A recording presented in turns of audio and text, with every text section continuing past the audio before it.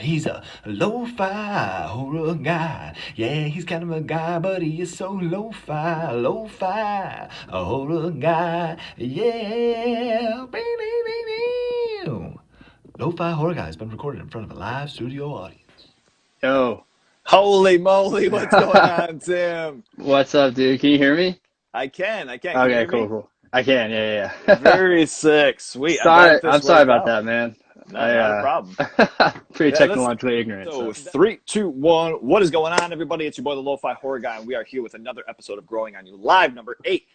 Today, one of the most slapping drummers that are out there right now. One of the bands that are just absolutely killing the game, Mr. Timmy Flegal of Drain. Timmy, thank you for being on today, man. Welcome. Dude, thank you so much for having me, man. This is cool.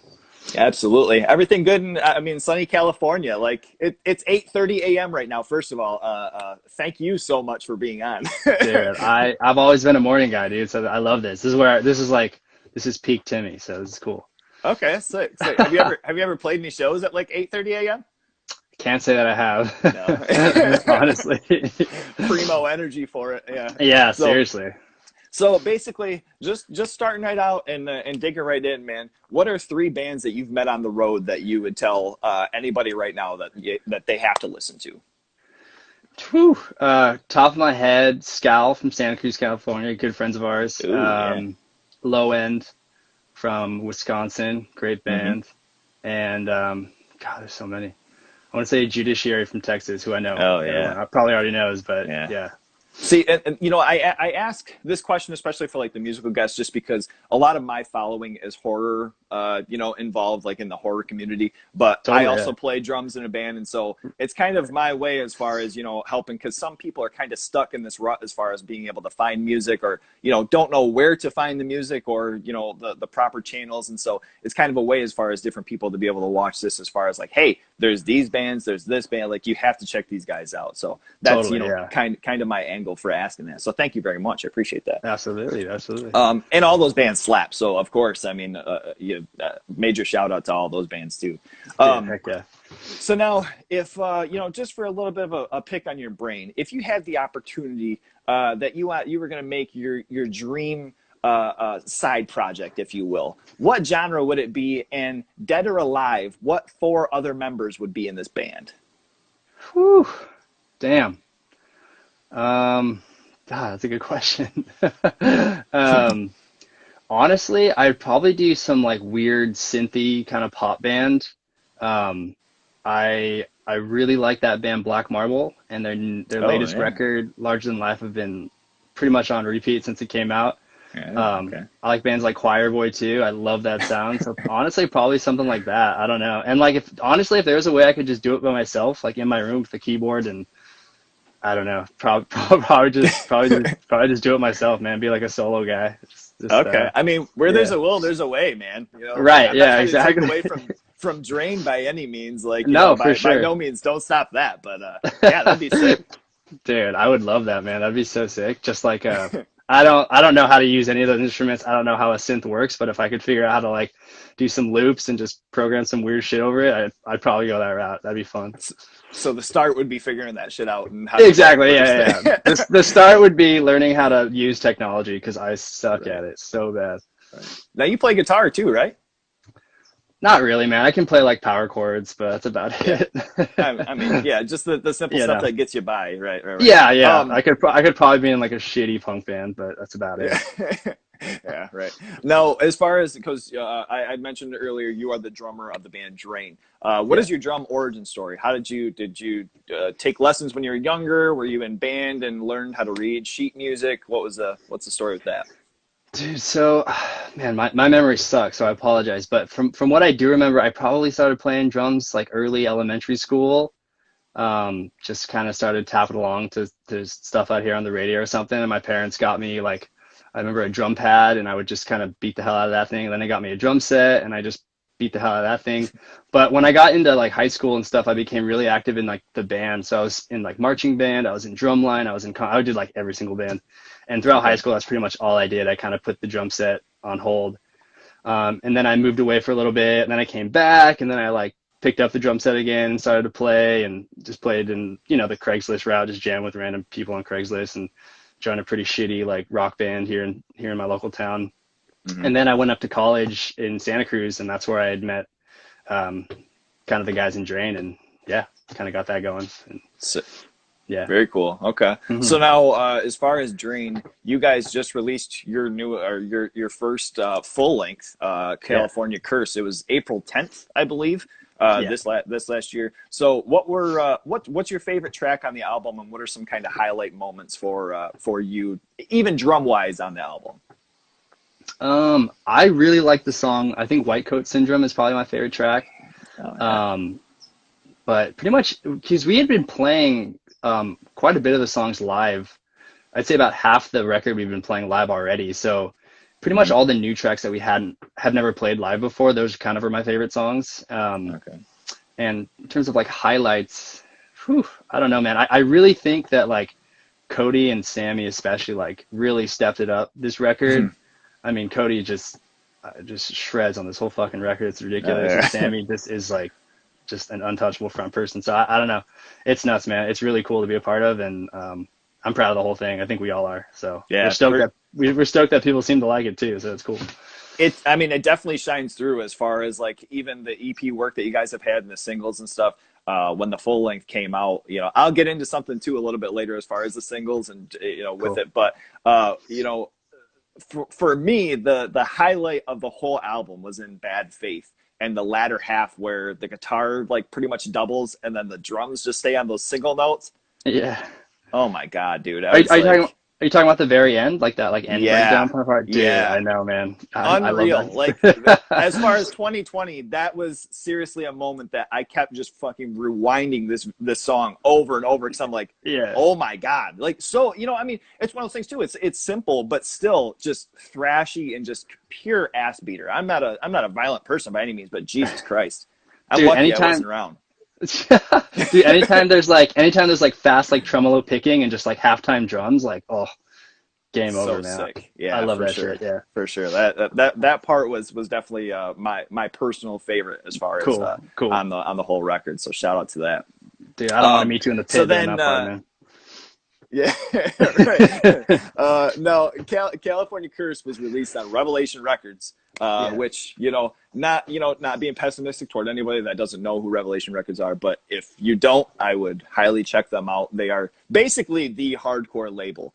Totally. What as far as you can, or as far as I can remember, the rep from the label approached you guys at Sound and Fury, if I'm not wrong. Yeah. And then that whole thing started. Like, what was your initial thought as far as like, holy shit, I'm gonna have record with this label? Dude, just overwhelming, I think. Because we had been sending, if I'm not mistaken, we've been sending pretty much everything we've done to Rev in one way or another, like kind of hoping they'd be interested. And yeah, it wasn't until after Sound of Fury that they approached Sammy, our singer, at our merch booth at Sound of Fury, and was just kind of like, yeah, let's like we want to do something, let's do a record. Yeah, I still can't really believe it, man. It's nuts. Like I think I speak for all of us where it's just, that is like the hardcore label, and like all the bands on that label are just huge influences on us. So For sure. It's surreal. I never in a million years would have thought that'd ever be possible. Like, truthfully, like it's so far past what I thought this band would do. So it's crazy. It's just fucking crazy. Yeah. As far as just like the whole overall like aesthetic to the band too, like I thought it was so funny the first time that I saw like your logo that you incorporated the star with the R inside of Drain. I was just like, dude, God damn it. So I know, cool. Man. That's straight chills. It's nuts. Yeah. It's crazy. Now, what is your kit breakdown? Like, do you differ from the studio as far as your live kit? What are your choice cymbals, pedals, sticks, all that? Yeah, so for the longest time, pretty much since I graduated high school, I've had this like old shitty Mapex, like Meridian Maple was the name of the kit. That we use that. Like I use that for pretty much all the Drain. I actually recently just bought a brand new kit. So up until like a fucking month ago, I've had the same kit. It was beat to hell. It was kind of like the house kit around Santa Cruz for a bit. I would just kind of let, whatever band just borrow it and stuff. And So yeah, I just use that. And then cymbals, I've used pasty roods for like a long time now. I just like how loud they are. So yeah, I've just pretty much used those all around the board. And pedals, I was using the Speed Cobras for a minute, but I just got some DW 9000s, so I'm kind of stoked on those. Ooh, okay. And yeah, man, that's pretty much been my my kit. But I recently just got a Tama Star Classic series, just like beautiful, Ooh. like ice blue finish. I'm still with pasty roods. I still have all those. Actually, I have a 2002 Crash. It's a 19-inch that I switched out, and I have a Wuhan China cymbal, and Okay. yeah, man, yeah, that's my rig. So specifically, I do have to ask. So you had your 2018 promo that you put out, and Yeah. on the track California Curse, what is that China at the end? That's not that. It sounds like something from like Mortal Kombat, like a fucking gong. What is Dude, that? Is that dude, your I don't. Wuhan? No, I think it's our singer Samus. I think it's his old like Sabian China. I honestly can't really remember now, but I think it was like crack too. I don't even think it was mic'd really. I honestly can't remember, but yeah, it sounds nutty, dude. Jesus. I don't even Yeah, know. it's huge, huge. Yeah, That was yeah, kind of getting into the band, and like that's one of the things generally. Either the vocals or the drums is what draws me into a band. And I remember totally. listening to like the earlier EPs and stuff and getting more into your stuff and familiarized. And that was one of the things I remember hearing. I'm like, what the fuck was that? I'm It glad was I'm glad so it's I'm huge. glad it stuck out, dude. That's cool. We Yeah, really wanted yeah. that part to hit, so I'm glad it did. Yeah, yeah, for sure it did. So now, when you guys are writing, or you specifically, when you're writing, how is it that you get your parts to your satisfaction? Is it something to where do you just kind of initially play through the songs a couple of times with the whole band, and then that kind of turns out to be what it is that ends up on the record, or do you kind of bring it home and slap a little salt and pepper on it and bring it back and be like, what's up? Check Right. it out. Honestly, so I feel like we'll like Cody will lay down a riff and I'll kind of just lay down like a basic drum beat to it. And then like we'll kind of get like that basic structure down. And I tend to find that like I'll sit on it for a while and just like kind of think of like different fills or like different things to put into it, just over time. Mhm. Um, so yeah, that's kind of how I've always done things. I'm not like the best like on the spot kind of guy, but I kind of gotta sit on it for a little while and just think it through. But Okay. that's Yeah. usually and it helps too, because like our singer is like an amazing drummer too, and Cody plays drums as well. He's really good. So, we have a lot of different perspectives on the drum parts and stuff, which is cool. Like it helps out a lot. Yeah, that's sweet. I mean, that's kind of the same way too, and it's always been the thing like in the back of my mind where I look at certain people, I'll watch like studio videos and they're just like, "Oh, no big deal. I'm just going to play this fucking Neil Peart part the very first time that I'm writing Dude, on something." It's like, I know, "What? man. How is It's this a nuts. thing?" Like, yeah. Bro, I don't understand it, dude. Especially in like hardcore, there's so many fucking good drummers that just like make it look so fucking easy. I'm just like, all right, that's cool. Yeah, It's- absolutely unreal. So as far as like Drain as a band, I can say has just awesome sequences where you have kind of very suddenly up tempo or like half tempo parts. Do you have is there kind of like a mental note of like BPMs or time signature that you go with as far as like when you're at a steady stream and then you're like, okay, I want to drop it to, 10 beats slower or 20 beats lower, or is it just right. kind of like an overall feel for like, oh yeah, that feels right? I honestly think it just comes from just all of our kind of varying influences. Like a lot of us like a lot of like fast like thrash metal and punk and hardcore and just heavy music. So I think it's just a matter of just trying to fit in all of our influences to get a sound that we're kind of all in agreement on.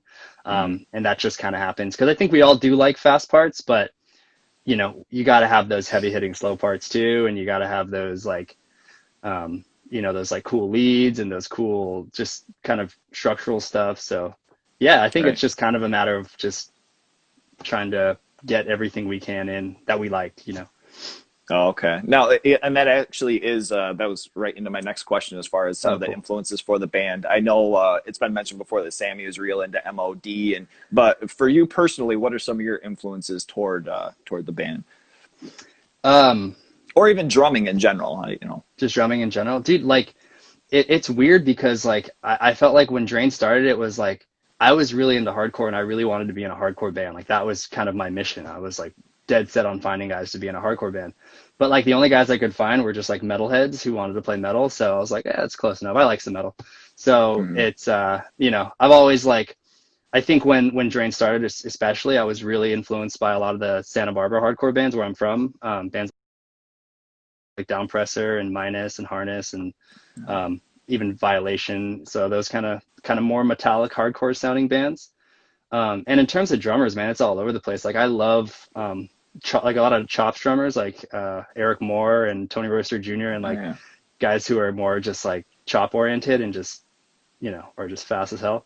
Right. Um, but yeah, so it's weird, man. It's always been like a weird kind of mixture of influences from everyone in the band. But in terms of me specifically for drumming, yeah, like my first like drum idol was Travis Barker, hands down. Still is one of my favorite drummers of all time, always will be. Sure. But yeah, I love Dave Lombardo too, and like I said, Eric Moore's is awesome. Tony Royster Jr. is great. Yeah, a lot of those Okay. guys. Yeah, sweet. Now you just mentioned Downpresser, and I remember seeing, I don't know, some time ago you had a video. You guys were playing like an outdoor venue with Downpresser. What was that? I mean, like, tell me about that. It looked absolutely Dude, awesome. that was like back in Salinas, California. That was like at a backyard show. It was I can't remember who was on the bill. It was kind of a while ago, but it was yeah, Downpresser was headlining and that was nuts because there was like that was such a like a big show for us. Like we were just like just super amped, but yeah, it was fucking sick. Yeah. Downpresser playing a backyard is anytime is for sure a good time. So I mean, to me, their album last year was the best thing that came out, and it came out like oh, super definitely. late in the year too, to where it was like it kind of went overseen, which was really unfortunate. But through and I through, that know. album is so awesome, and the snare on that thing, if Yeah. you haven't checked it out, or if anybody watching hasn't checked it out, Jesus, the latest Downpresser album is so sweet. Yeah, that Um, band's just unstoppable, man. And that dude Kale is like just god tier drummer. So you should get him on. You should get him on. He should be sitting here. I shouldn't be sitting here. so what are some of your favorite in town and out of town? What are some of your favorite venues or shows that you've played? Backyards, fucking basements. Like, slap me with the best you got. Dude, you talking just all over or just local spots? Yeah, just like I mean, even if you want to start local, start there. Okay, yeah. We had a spot for a while in Santa Cruz where the band was formed. We had a spot called Cafe Pergolesi that was like a coffee shop that Oh, okay. I used to work at, and we used to throw shows there. But that was a really cool venue just because it was a really small spot, but we just crammed it full of kids, and like it was so much fun, man. Like that was really cool. There's another spot in Santa Cruz called Sub Rosa that's kind of become like the main venue there. It's a little like anarchist book library. Um, Hmm.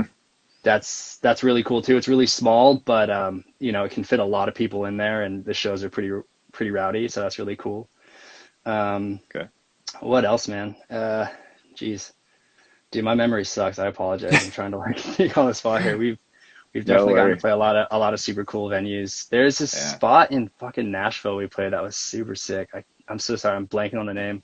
Okay. Um, there's maybe I think it was called The End in Baltimore. I'm sorry if I'm getting that wrong, but that was a cool spot. Okay. Um, uh, the 1720 warehouse in LA is this like we played this like this fest called like or this show. There's like this big show called This Is LA Mhm. um, down in East LA, and this like really nice concert venue, like super rad. Sound was great. I really like playing Chain Reaction in Anaheim. The sound there is really good. Super cool. But yeah, man, those are just a couple. I apologize again, dude. I'm kind of blanking, but I we mean, play a it's lot of been good a spots. busy couple of years, man. Like it's been Yeah, what, pretty much the last 2, 3 years that you guys have been steady on tour, just steady yeah, keeping on shit. So pretty that's great. much, man. And it's like every festival, you look at and you have like LDB and you have Sound and Fury and you have this and that. Yeah, And I'm just like, Jesus Christ, these guys don't stop. It's just yeah. continuous. Yo, straight up. But Oh, also, my buddy Sam Cardona, shout out Sam Cardona, just mentioned the dojo. in Oklahoma. That place is fucking sick. Okay. That's a cool spot. Sick. Okay. Yeah. All right. What I mean, with some of these things, do you have is it some of the crowd? Is it just the venue in particular? What makes some of these spots memorable to you? Um, Honestly, a lot of it has to do with just like the attendance of the show, I think. You know what I mean? Like you could play the raddest venue in the world, but if the show's kind of shot, like at least we don't really care. So like Yeah. we've played some like pretty burnt spots, but the crowds have been pretty epic, so that's been cool. And if the sound's good too, that usually helps. Like for the longest time, I don't think we ever heard Sammy's voice at all. Because we were playing like a lot of like basements and house shows and stuff, so that's to be expected. But even when we'd go to like kind of venues with better sound, like we still wouldn't be able to hear him. So like when we can like hear every instrument and stuff and like hear Sammy's voice, that usually helps too. That's usually cool. Yeah, for sure. I mean, I don't know how many times it's been where you end up in a venue and all you can really like, all I can focus on is like the bass frequency. Because Right, sometimes I totally. can't even hear the guitar, and you're like, Yeah, fuck, man, how am I going to make a half hour or 40 minutes out of this? yeah, Like, exactly. Or you'll go to shows or play spots where like all you hear is the bass drum, and I'm just Oh, like, yeah. I can't hear anything yeah, else. yeah, yeah. But then Yeah. again, when we did the California Curse video shoot, we played at the CBR house in LA, on this like in this backyard on like a makeshift stage, and like there was no like sound really. It was just, and people were just, there were so many people and it was so nuts, and like, but that was still so much fun. You know what I mean? Like, Right. so I think to me at least, it's like, it's all about just the crowd and like who's there and, that kind of thing. Okay, yeah, for sure. Yeah. Now, a couple of years ago, there was conversation as far as for you guys to recreate the Santa Cruz skateboard blast cover. Just as far as you personally, what was your experience with all of that? There's been a lot of coverage on that because it was huge. It was a really big deal, and it, Totally. definitely like pushed out promotion for sure as far as just visuals for you guys. But what was your time like with it? I gotta give the credit to our singer Sammy. He and our buddy Malachi Green from Santa Cruz, they were in talks with this guy Andrew Cannon, who works for NHS, and Santa Cruz skateboards, and they kind of got everything going. I was lucky enough, I kind of just had to show up and like air drum and get this cool poster. So I can't take too much credit for it, but it was insane, dude. It was kind of like with the Rev thing. It was just surreal. Like I'm not like a skateboarder, but like I have a lot of friends who are into skateboarding and stuff, and like Santa Cruz skateboard is huge, and been seeing that since I was a little kid. So it was nuts, man. It was really cool, and it was it was also very surreal. I still can't really fathom that that happened again, like far and beyond like anything I thought this band would do. So it's crazy. It's cool. Who was the skater that was on the cover going over His you name's guys? Henry Gartland. Super rad Okay. dude. Obviously incredible skater. I don't know too much about him in terms of his like companies or whatever, but Sure. Okay, sick. So now this next question, it may or may not pertain to you, but hopefully we can get a little something out of it. So I was going Totally. to ask because kind of a segue from this last question with the cover there.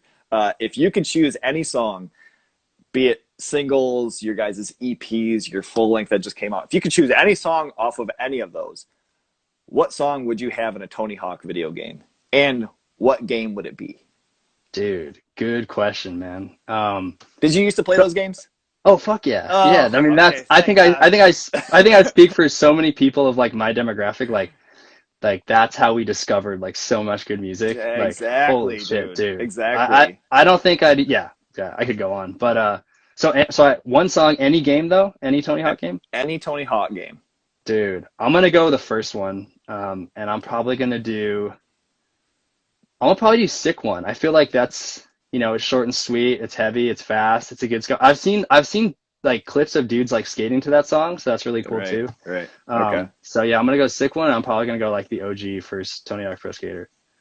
Sick. Yeah. I mean, as far as those games, man, like that, and I feel like there was Dave Mirra BMX 2. Did you ever play that Yeah. one with the I didn't. Alien I don't. Ant Farm and Dude, I never played that. I do remember, but I don't think I ever played it.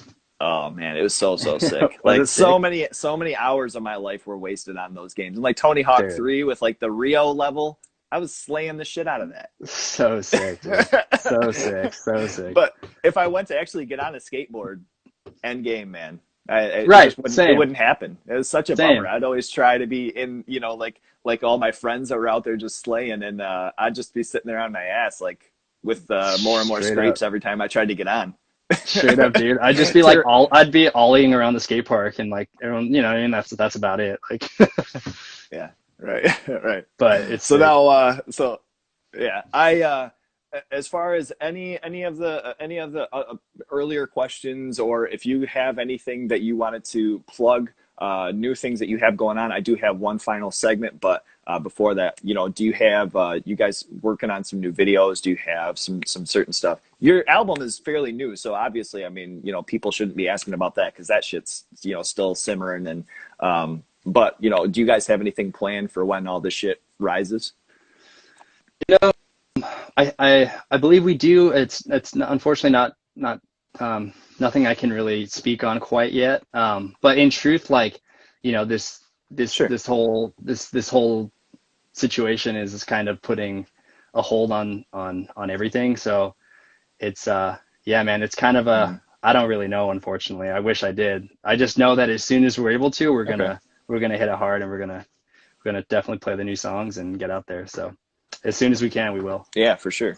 Yeah. Now, have you, you know, as far as drumming wise, have you found this this whole thing to be kind of a benefit as far as being able to practice, kind of taking in a little bit more time to fine tune your craft? Oh yeah, absolutely. I've been practicing probably more than I've ever practiced in my entire life.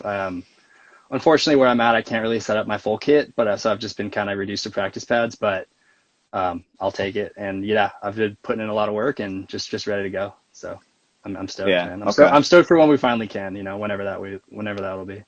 Right, for sure. When you endless battle, I feel like for really any drummer is getting that perfect setup when you're Right. at a show, you're under that pressure. Well, I Yeah. mean, what is your go-to, just like your bread and butter, as far as like, you know, do you like your floor tom a little bit higher than your snare, same level? You know, what is your go-to with all that? Dude, I'm like weirdly OCD. Like I like my floor tom the same height as my snare. I like my rack just like, you know, just a little bit above my snare, you know what I mean? I like my cymbals to be at my crashes because I use a left and a right crash. I like them to be at the same height. I like my ride cymbal like pretty much in between my floor tom and my right crash, you know, my China like pretty much where like the height of my ride. So yeah, I'm a pretty like stock kind of guy. Like it's a pretty basic setup, but it works. So I kind of just go with it. Yeah, for sure. I mean, you know, it's just something I like to ask, like as far as going and playing shows too, just because it's kind of interesting to see, you know, different people as far as like there's some people that you play a bunch of shows with and you'll see like they'll bring up the bass drum and then they'll bring up this and they're like Oh, very, you right. know, like particularly ordered with how they do things. But then there's other people that they just like slap the shit up there, but then, you know, they're very particular in how their setup is, you know, and then Right, there's other right. people that just don't give a shit. No, I definitely care. Like Sammy's really good about it too. Like he always helps me, like, cause he's a drummer too. So like he always like he kind of knows how I like things too. So like he'll always help me set up my stuff. And I got to get better about like marking my stands to where I want them, you know, extended and stuff, because that'll make things a lot quicker. But yeah, man, it's a pretty easy process. I'm not like that picky. Like I'll do some fine tuning once everything's set up, but as long as everything's in like the general area that I like it, I'm usually good to go. Okay. All right. Yeah. Yeah. Sick. Um, so now this is bringing us to the final segment, man. Already, like I say, you know, I truly appreciate you being on and taking out the time, and this has been so fun and informational. I love it. I really appreciate you taking out the time, man. Dude, thank you, man. I really appreciate you asking me. This has been really cool. Hell yeah! So this is the final segment I have created, and it's of course just a hypothetical thing. Okay, so this is the final segment that I have named working off of the California Cursed. It's called the California Hearse. You see what I did there? I see what you did. I like Okay. Okay. So that. hypothetically, all right, you die. You're in the hearse. You're in the coffin. Before you died, you put in your will that you had to have 5 records buried with you. What 5 records would you have buried with you that are just that important to you? Dude, I'm gonna put in the records that I had in my 1995 Ford Ranger all throughout high school, and they were Slayer, Rain and Blood. They Ooh, were shit. Pantera, Full with Slayer Power. It Oh was my Terror, God. One with the Underdogs. It was Poison the Well, Opposite of December, and it was Snapcase, Progression Through Unlearning. Jesus Christ, Yeah, dude. I I had mean, those CDs in my truck like all throughout. I would just like listen to those on repeat. So so those are the ones awesome. I would do. Yeah. My first concert ever actually was Slayer and Pantera in Static X and Morbid Angel. That was like my first legitimate concert other than shows. Damn, dude. My first concert was Weird Al, so you beat me on that Oh my one. God, dude! Weird Al rules though. He gets so much shit, but Dude, he I'd rules. rather I'd rather see Slayer, man. I'm not gonna lie, but Yeah, that was sweet. That was really sweet. I mean, yeah, as far as shows wise, like, what are some of your favorite shows that you've attended? dude. I saw Dinosaur Jr. play in Santa Barbara, my hometown, at this venue that's no longer here called the Velvet Jones. It actually recently just closed down, but it's on like the main downtown area. But I saw Dinosaur Jr. play there. It's a really small club. It was packed full of people, and the dude who plays. Did you ever watch The Sopranos? Oh yeah. Dude, what's the actor that plays Christopher? What's his name? I can't remember. Oh Anyways, that dude God. was there and he was just gigging out the whole time and I was like, dude, this is sick. Like this is a badass Whoa. show. So yeah, seeing that show was sick. As Fuck, a I'm trying to fan, or think. was he a bouncer? No, he was a fan, dude. He was straight up, yeah, he was straight up just gigging out like the rest of us, dude. It was sick. Oh shit, that's sweet. Um, yeah, seeing Harness's last show at the Carpinteria Library was really cool. It was like Downpresser, Minus, Harness, Treacherous Skin, just like a really cool hardcore show that'll definitely stay with me. Yeah, those are the two that kind of first come to my head, but they're sick. Sick. Yeah, Yeah. that rules, man. That rules. Well, as I say, dude, thank you so much for being on. I truly appreciate. This is, this whole show in general has been like a dream come true, and I truly appreciate looking forward to and seeing the things that you guys have coming. And please continue this shit because everybody's loving it. Dude, thank you so much, man. Seriously, thank you very much. Absolutely. All right, man. Well, this is going to conclude our episode. Timmy from Drain, go check them out. Their newest album, California Curse. I'm the Lo-Fi Horror Guy. Take care. See you, Peace. Timmy. Later. He's a lo-fi horror guy. Yeah, he's kind of a guy, but he is so lo-fi, a horror guy. Yeah, baby.